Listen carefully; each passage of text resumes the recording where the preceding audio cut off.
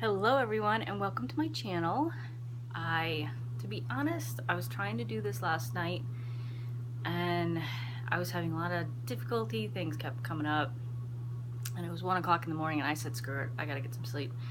So I'm trying to quickly do this morning before I have to run out and do errands. To be fair, I'm not a morning person.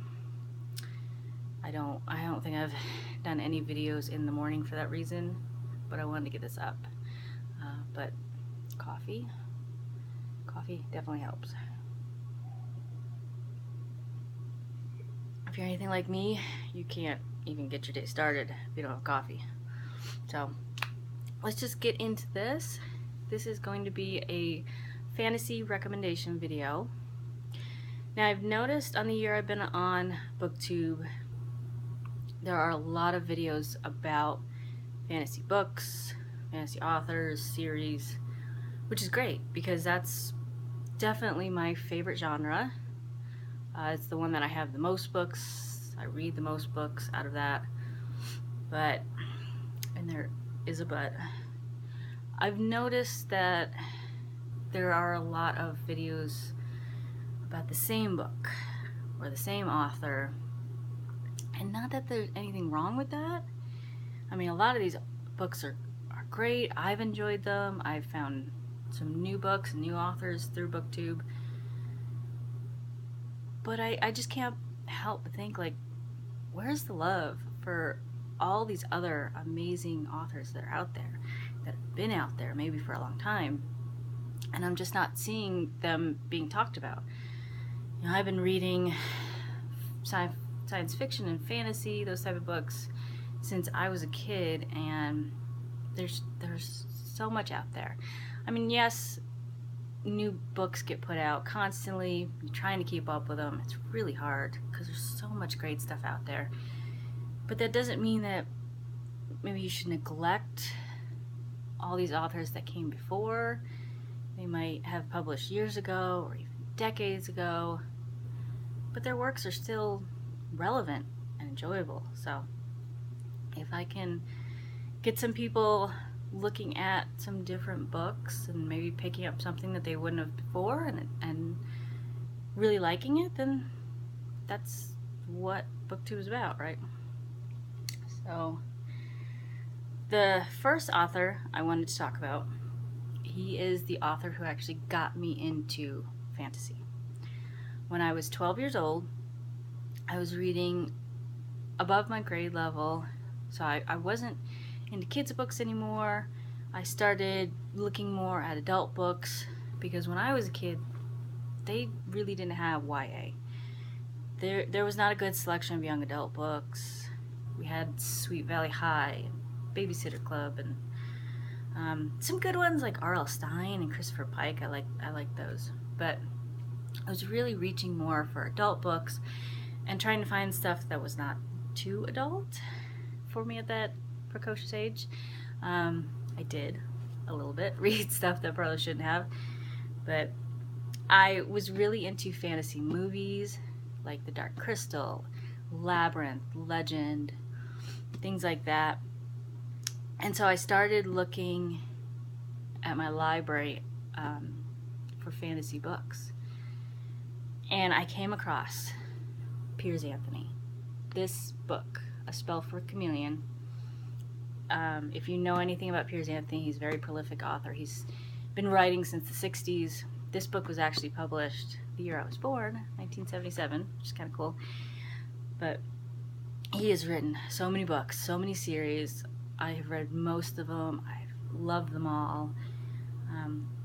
But this was the very first book, the very first series of his I read. And then once I read this in like a day. And I went right back and I picked up like the next several books and I just flew through them. But he is such a fun, kind of silly writer. You know, he's famous for his puns and innuendo without really coming out and saying anything too dirty.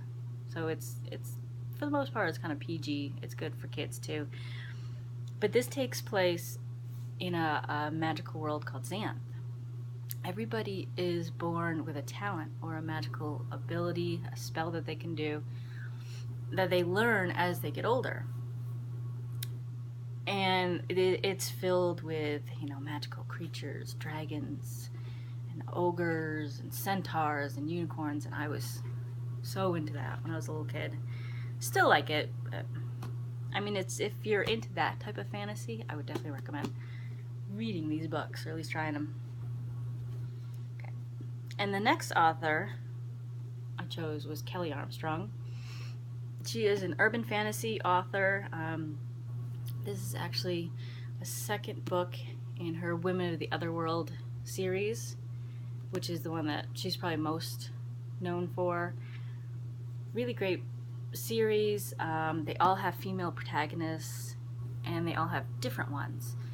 One's a werewolf, one's a witch. We have several different points of view. Some of the books kind of combine different characters throughout the series, which I really enjoy. There's magic, there's mystery. These are excellent books if you like urban fantasy with a strong female lead. And then, speaking of that, another one I would recommend that are similar type books but different are Patricia Briggs. She's got a few series. This is her Mercy Thompson series, which is my favorite. And it is a world that takes place with fae who are kind of underground and not really known very much. And then there are werewolves or vampires. The main character is actually a walker. It's a Native American shifter. So there's Native American mythology in here, which I really enjoy. It's the only book I've read with that in here, with that in there. And she actually turns into a coyote. But it's a very well written, again, urban fantasy, female protagonist. She's a very strong character. I really, really like her. She's probably one of my favorite female characters of a fantasy series. And then for something a little different, I would suggest maybe Vicki Peterson. I found her years ago when this book, her first book, debuted. This series at least is a kind of a take on superhero legends. There are agents of light and agents of shadow. Obviously, the good guys and the bad guys. And most people know that this is who they are. As kids, they are raised in a special facility. They are trained because when they turn 25, they will get their abilities. For Joanna Archer, who is the main character in this book, she has no idea who she is. It's passed down through the mother's side of the family, and she never knew her mother. She was raised by a wealthy casino owner. She's got a sister trying to just kind of find her way. She's had some bad things happen to her in the past, and all of a sudden, the night before her 25th birthday, some people try to kill her, and she finds out that they are shadow agents. Turns out her mother was an agent of light. Her father was an agent of shadows. She is the first person born of both, which makes her very special and kind of wanted from both sides. Very, very good series.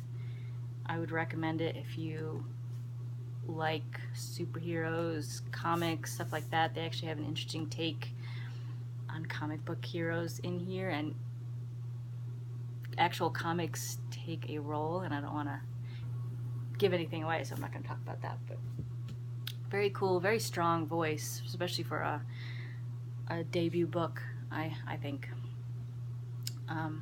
My next book, or my next author that I want to talk about is Stasha Cain.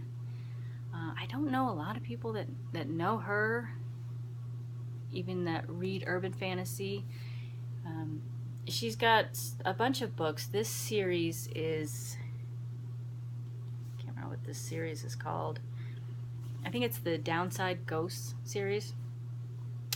It's kind of takes place in a dystopian world where the government has fallen. There is a church that is taking control because ghosts have risen and poltergeists, and they're able to actually steal a life and kill people.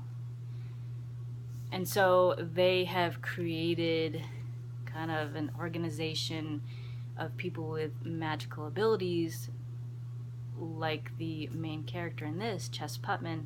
She is a witch, and she can raise ghosts, she can put them down. This church tries to contain and control the ghost population. It's a very gritty, dark urban fantasy, if you like that. She is not your typical heroine. She is a drug addict. She's a liar. She starts out this book owing money to a drug lord, and as a form of payment, she gets hooked up with one of his enforcer guys to take care of a situation for him. And so she gets kind of pulled into that world while still trying to do her job and not get found out by the church, because the thing she's doing is illegal and very bad. She's a very interesting character. At times you feel bad for her, at times you get really angry at the stupid things she does. But she definitely keeps you turning that page. There's a lot of very cool characters in here. I love the way she writes dialogue. This type of world, you know, depending on who the characters are, there's certain slang and certain ways of saying things that really make people unique, bring these characters alive. There's one character in particular, this enforcer that she has to work with, who I absolutely love. This character, his name is Terrible. Big brute of a guy, doesn't talk a lot. You can tell it's not that he's stupid, but he's not educated the way he talks when he does talk. But he's one of those kind of heart of gold people, even though he has to do this violent job and he's working for a bad guy. He's one of my favorite kind of secondary characters in a book. He's a lot of fun. And then lastly, I'm sure most people have at least heard of this author, but I still don't hear him talked about a lot. He's definitely a very well-read author, but possibly not the people that are on YouTube, or I don't know. He's one of my favorite authors, and I'm just surprised that he's not discussed, that his books are not front and center for a lot of videos. But that is Neil Gaiman. If you have not heard of Neil Gaiman, if you don't know who he is, then I don't know where you have been, because he has been around a long time. He's written a lot of books. He's a bestseller. A lot of his books have gotten turned into movies. Neverwhere was a TV show, like a miniseries, I think. Stardust, Coraline. He's a hard author to describe. His books are creepy, they're fantastical, but they're not the typical fantasy, you know, with werewolves and vampires, or on the other end, you know, knights and dragons and high fantasy. But they are definitely fantasy. He sucks you into these worlds that he creates and makes you just look at the world around you in a different way, and storytelling in a different way that you've never thought about. I mean, if I could get into the mind of one author, and, you know, where does he come up with his ideas, how does he think, it would be Neil Gaiman. His books they completely transport me every time I read them. I am the last book of his I read was The Ocean at the End of the Lane, which is by far my favorite. And for several days after I put that book down, I couldn't pick up another book. I couldn't think about anything other than that book. And that's what he does to you anytime you read one of his books. They take a little getting used to. Like Neverwhere was the first one that I read. It was given to me by a friend, and it was just so different. This world, these people, that it was a little confusing at first. You really had to delve into it and spend a lot of time reading it slowly and really digesting it, but it's totally worth it. His books are amazing. So there you have it. Those are not necessarily my favorite fantasy authors or favorite books, or just six authors that I think are really not talked about, at least on here, that if you have not heard of them, or maybe you've heard of them and haven't for whatever reason picked up one of their books, I suggest just giving one of them a try, and you might find your new favorite author. I mean, what does it hurt, right?